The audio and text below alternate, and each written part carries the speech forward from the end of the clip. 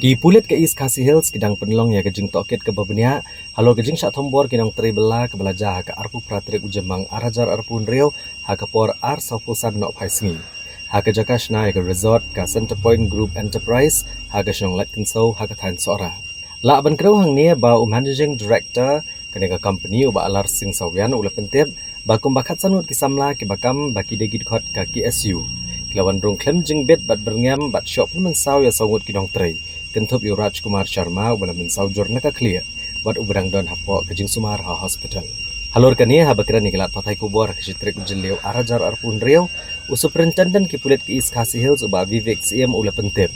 Bala dep register mukaduma ha ka thanat sora bat ki Pulit klayo eka custody ke basausngi nagi yang syari ki arngot ki Dkhot ke KSU ke bala syakam. Halor ka jingkeno baki don benta Jingthombor kini ki Nongtrei. Bat ki Pulit kitemu ban ra abiang yakini ki basya akam syakiyeng syari hak artrik ujeliu hadin melakot no ka bor ban bo iki hak police custody. Superintendent ki Pulit ula kubur bahalor kini Jingthombor kidang don skiwei pat ki badan keti. Bat ki Pulit kin sayat syakamat ban tokit bat kem yaki katkum ka jing shisha bat kaan. Well, we got 4 days police custody of the two accused who are mainly involved in the assault of 4 workers. One of who was more grievously injured, who had a head injury. A case has been registered and the relevant sections have been included in this case. This has been registered in Sora PS.